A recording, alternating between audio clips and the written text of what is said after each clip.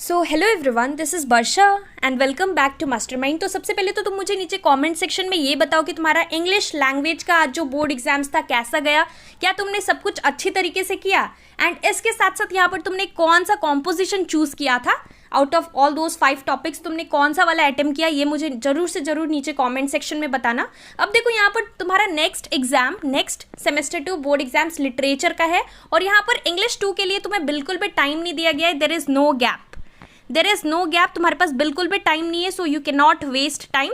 तुम स्कूल से घर आकर उसके बाद तुम्हें क्या करना है, सबसे पहले have your lunch and all properly and then start preparing. अब देखो कम टाइम है, सिंस 1 डे इज देयर और 1 डे के अंदर तुम्हें पूरा लिटरेचर का सिलेबस कंप्लीट करना है। तो इस वीडियो में हम उसी का स्ट्रैटेजी को लेकर डिस्कस करेंगे कि अभी तुम्हें कैसे पूरा सिलेबस कंप्लीट करना है 1 डे के अंदर। तो यहाँ पर कैसे तुम्हें सब कुछ रिविजन्स करना है, सब कुछ अभी एंड टाइम में कैसे कंप्लीट करना है। देखो सबसे पहले तो तुम्हें सिलेबस पता होना चाहिए। Syllabus is written here. Drama से तुम्हारा यानी कि मर्चेंट ऑफ वेनिस से एक्ट 4 आ रहा है, एक्ट 5 आ रहा है, पोइट्री से 2 पोएम्स आ रहा है, एबो बेन एदम एंड 9 गोल्ड मेडल्स। प्रोज से तुम्हारा all summer in a day and my greatest Olympic prize, ये 2 चैप्टर्स आ रहा है। तो total 2 poems, 2 stories and merchant of Venice है इंक्लूडेड इन योर सिलेबस। अब देखो बहुत इंपॉर्टेंट है कि यहाँ पर तुम रैंडमली कुछ भी प्रिपेयर नहीं कर सकते, तुम्हें एक स्पेसिफिक वे में प्रिपेयर करना पड़ेगा सो that you score 40 out of 40 in your English literature. And remember English is a compulsory subject. तो देखो यहाँ पर सबसे पहले तो तुम्हें पैटर्न पता होना चाहिए कि किस पैटर्न के बेसिस पे तुम्हें क्वेश्चंस पूछा जाएगा एग्जाम्स में और उसी पैटर्न के बेसिस पे तुम्हें खुद का प्रिपरेशन करना है। तो सबसे पहले तो तुम्हारा यहाँ पर सेक्शंस होगा, देयर विल बी 4 सेक्शंस। तुम्हारा सेक्शन ए होगा, बी होगा, सी होगा, डी होगा, ये तुम्हारा पैटर्न है। अब ए बी सी डी होगा, इसमें से ए तुम्हारा एमसीक्यू बेस्ड होगा, 10 एमसीक्यूज आएगा, 10 मार्क्स का होगा section A, section B 10 marks, section C 10 marks and section D 10 marks and 10 + 10 + 10 + 10 is 40। तो ये तुम्हारा 40 मार्क्स का क्वेश्चन आएगा। सेक्शन ए 10 मार्क्स का रहेगा जो कि तुम्हारा एमसीक्यूज आएगा। एमसीक्यूज चाहे वो पोइट्री से भी आ सकता है, पोएम्स से भी आ सकता है, पोएम्स, स्टोरीज एंड उसके साथ साथ तुम्हारा मर्चेंट ऑफ वेनिस से भी तुम्हारा एमसीक्यूज आएगा। 10 मार्क्स का टोटल आएगा। उसके बाद सेक्शन बी तुम्हारा ड्रामा से रहेगा। ड्रामा, अब ड्रामा में क्या होगा, यहाँ पर तुम्हें reference to context type question मिलेगा, यानी कि तुम्हें एक्सट्रैक्ट्स दिया जाएगा और उसके बेसिस पे क्वेश्चंस रहेगा।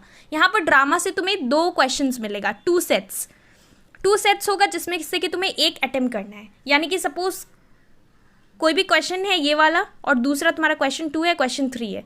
इसमें से अगर तुम 2 कर रहे हो तो 2 का सब पार्ट क्वेश्चन 1 2 3 सारा तुम्हें करना पड़ेगा। अगर तुम 3 सेलेक्ट कर रहे हो तो सारा 3 का करना है। तो यहाँ पर तुम्हें एनी 1 करना पड़ेगा। ड्रामा से 2 एक्सट्रैक्ट्स रहेगा। उसके बाद सी में पोइट्री होगा, फिर प्रोज होगा। तो इस तरह से सब में 2 क्वेश्चन रहेगा, उसमें से तुम्हें एनी 1 करना है। अब बहुत सारे स्टूडेंट्स मेरे से ये क्वेश्चन करेंगे कमेंट्स में कि वर्षा दीदी क्या हम एबो बेन एदम एंड 9 गोल्ड मेडल्स इसमें से कोई एक चैप्टर प्रिपेयर कर सकते हैं, दोनों करना कंपलसरी है? देखो यहाँ पर डेफिनेटली तुम्हारा जो एमसीक्यूज रहेगा उसमें क्वेश्चंस रहेगा यहाँ पर सारा चैप्टर से।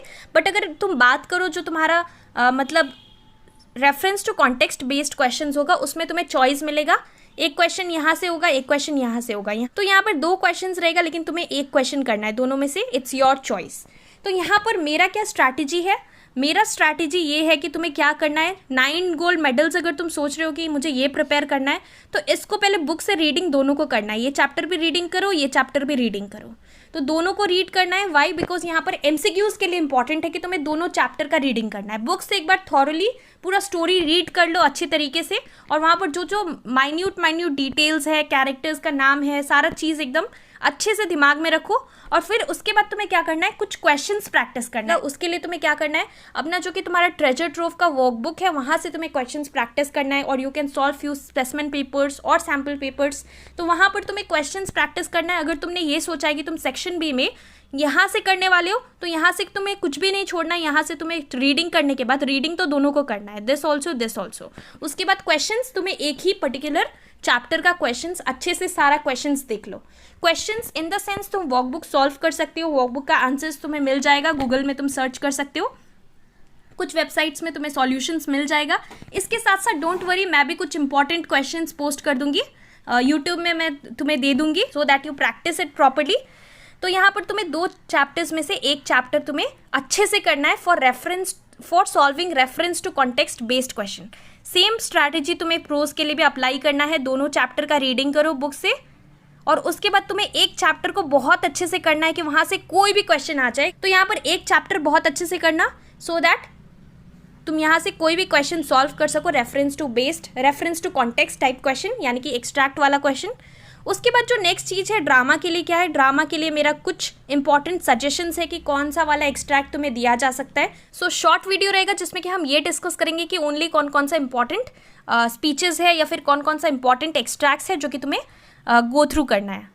तो ये चीज़ इंपॉर्टेंट है। अब यहाँ पर नेक्स्ट चीज़ इंपॉर्टेंट है कि तुम्हें यहाँ पर इंग्लिश लिटरेचर के लिए आंसर्स कैसे लिखना है। तो देखो यहाँ पर बहुत मैटर करता है, तुम्हारा लेंथ मैटर नहीं करता है। तुम आंसर्स का लेंदी अगर आंसर्स लिखते हो, if you right lengthy answers you will not get marks, but if you write answers to the point, if you write answers to the point, then only you will be getting full marks. To the point answers लिखना है, so do not make any kind of grammatical mistakes, grammatical errors, or do not do any kind of spelling mistakes. You have to be very careful. और यहाँ पर answers जो है कैसे तुम्हें अच्छे से आंसर प्रेजेंट करना है, how to write perfect answers for your English literature, इसके ऊपर मैंने ऑलरेडी डिटेल में डिस्कस किया है। तो अगर तुमने वो वाला वीडियो नहीं देखा है, सो प्लेलिस्ट का लिंक नीचे डिस्क्रिप्शन में, definitely you can watch that video, जिसमें कि हमने डिस्कस किया है कि कैसे तुम्हें प्रेजेंटेबल आंसर्स लिखना है फॉर योर इंग्लिश लिटरेचर। तो यहाँ पर तुम्हें लेंथ, आंसर्स का लेंथ मैटर नहीं करेगा, तुमने टू द पॉइंट लिखा है कि नहीं वो बहुत मैटर करेगा। So do not be beating around the Bush, और यहाँ पर तुम्हें आंसर्स टू द पॉइंट लिखना है। सपोज एक क्वेश्चन है जिसमें कि दो क्वेश्चन पूछा है, suppose where did this scene take place, कोई स्पीच दिया है where did this scene take place, उसके बाद फिर एंटोनियो के बारे में कुछ पूछा है क्वेश्चन में। तो एक क्वेश्चन है उसमें दो क्वेश्चंस दिया है, तो यहाँ पर तुम्हें क्या करना है, सपोज तुम ये एक क्वेश्चन का आंसर यहाँ पर लिख रहे हो एरो देकर, उसके बाद जब तुम नेक्स्ट वाला आंसर लिखो तो उसके बीच में थोड़ा सा स्पेस छोड़ना है, यानी कि you have to start from next para. तो ये चीज़ भी बहुत इंपॉर्टेंट है, so that teacher can make out कि तुमने दोनों क्वेश्चन को आंसर किया है। नहीं तो अगर तुम कंटिन्यूसली अगर एक आंसर लिखकर फिर दूसरा वाला भी यहाँ से कंटिन्यू कर देते हो, सो इन दैट केस टीचर को प्रॉब्लम होगा ये समझने के लिए कि तुमने दोनों अटेम्प्ट किया है कि नहीं किया है। तो ये चीज़ बहुत ज़्यादा इंपॉर्टेंट है। Your hand writing it should be very good, it should be legible, and do not make your paper messy, do not make the answer script very messy। और यहाँ पर तुम्हें क्या करना है, जैसे कि मैंने तुम्हें सबसे मेन स्ट्रैटेजी बताया कि यहाँ पर सबसे पहले अभी तुम्हें मर्चेंट ऑफ वेनिस छोड़ देना है। स्टार्ट करो पोइट्री से और प्रोज से, पहले पोइट्री करो फिर प्रोज करो, पोइट्री से ये दोनों रीडिंग करो, उसके बाद दोनों रीडिंग करने के बाद तुम्हें ये दोनों में से एक चैप्टर सेलेक्ट करना है, क्योंकि यहाँ पर तुम्हारा दोनों से क्वेश्चन आएगा, इसमें से कोई एक रेफरेंस टू कॉन्टेक्स्ट क्वेश्चन आएगा, राइट, एक्सट्रैक्ट वाला क्वेश्चन। तो उसके लिए तुम्हें एक चैप्टर चूज कर लेना है। सपोज तुमने एबो बेन एदम ये चूज किया, तो यहाँ से तुम्हें कुछ सारा क्वेश्चंस प्रैक्टिस करना है, बट एमसीक्यूज के लिए यहाँ इससे तुम्हें क्वेश्चंस प्रैक्टिस नहीं करना है। Don't waste your time in 9 gold medals if you have decided कि तुम सेक्शन सी रहेगा उसमें से अगर तुम ये करने वाले हो। तो this is very important, same goes for your prose also. इसके साथ साथ बिसाइड्स दिस ड्रामा में से कौन कौन सा इंपॉर्टेंट स्पीचेस है उसको लेकर मैं नेक्स्ट वीडियो में तुम्हें बताऊंगी कि कौन कौन सा इंपॉर्टेंट स्पीचेस है। मैं तुम्हारा ड्रामा का जो मर्चेंट ऑफ वेनिस बुक है उसमें दिखा दूंगी कि कौन कौन सा स्पीचेस तुम्हें करना है, कौन कौन सा इंपॉर्टेंट स्पीचेस है, कुछ सजेशंस है मेरी तरफ से। सो डेफिनेटली वाला वीडियो जरूर देख लेना। So that's all for this video. All the best, good luck for your ICSE English literature board exams. Thank you so much for watching. और इसके साथ साथ अगर तुम्हारा कोई भी डाउट्स है, so definitely you can ask me in the comment section below. So I have this particular ebook for ICSE History Civics that will help you to boost your preparations for your semester 2 board examinations. Now let me tell you the benefits of preparing from this particular ebook. तो देखो यहाँ पर सबसे पहला important चीज कि तुम्हारा ICSE semester 2 का जो लेटेस्ट सिलेबस है फॉर योर हिस्ट्री सिविक्स, उसके अकॉर्डिंग जो भी पर्टिकुलर क्वेश्चंस है from each and every chapter, सारा चैप्टर्स का यहाँ पर तुम्हें इंपॉर्टेंट क्वेश्चंस मिल जाएगा। अब तुम्हें बहुत इंपॉर्टेंट है कि प्रायोरिटी वाला क्वेश्चंस पे फोकस करना है, बिकॉज अब तुम्हारे पास बिल्कुल भी सेमेस्टर 2 के लिए प्रिपरेशंस के लिए टाइम नहीं बचा है। तो यहाँ पर जो भी इंपॉर्टेंट प्रायोरिटी वाला क्वेश्चंस है, जो चांसेस है कि मैक्सिमम चांसेस है कि तुम्हारा सेमेस्टर 2 में आ सकता है, वो सारा क्वेश्चंस इस पर्टिकुलर ईबुक के अंदर इंक्लूडेड है। And the most important thing कि यहाँ पर आंसर्स भी इंक्लूडेड है, solutions are also there so that you don't face any kind of problem. तुम्हें सर्च नहीं करना पड़ेगा इधर उधर आंसर्स। सॉल्यूशंस जो है एकदम रेलिवेंट है। अगर तुम कोई भी सैम्पल पेपर फॉलो करते हो, अगर तुमने कोई भी पर्टिकुलर बुक लिया है, तो वहां पर सबसे पहला इंपॉर्टेंट बात कि वहां पर तुम्हें बहुत सारा क्वेश्चंस मिलेगा। यहाँ पर ओनली लिमिटेड क्वेश्चंस है जो कि तुम easily last night before exam भी अगर थोड़ा एफर्ट देकर सारा क्वेश्चंस कर लेते हो, सो you can easily score 40 out of 40 only by preparing from this particular E book for your history civics. So the price of this ebook is 35 rupees and बहुत सारे students ने इसे already purchase कर लिया है। और यहाँ पर let me tell you how you can avail this or how you can purchase this. Instagram का लिंक मैंने नीचे डिस्क्रिप्शन बॉक्स में प्रोवाइड कर रखा है, तुम्हें वहां पर मुझे टेक्स्ट करना है. You have to DM me on Instagram with I want to purchase ICSE History Civics ebook, and then I'll tell you the steps to avail it. So this ebook will definitely help you to prepare for your ICSE semester 2.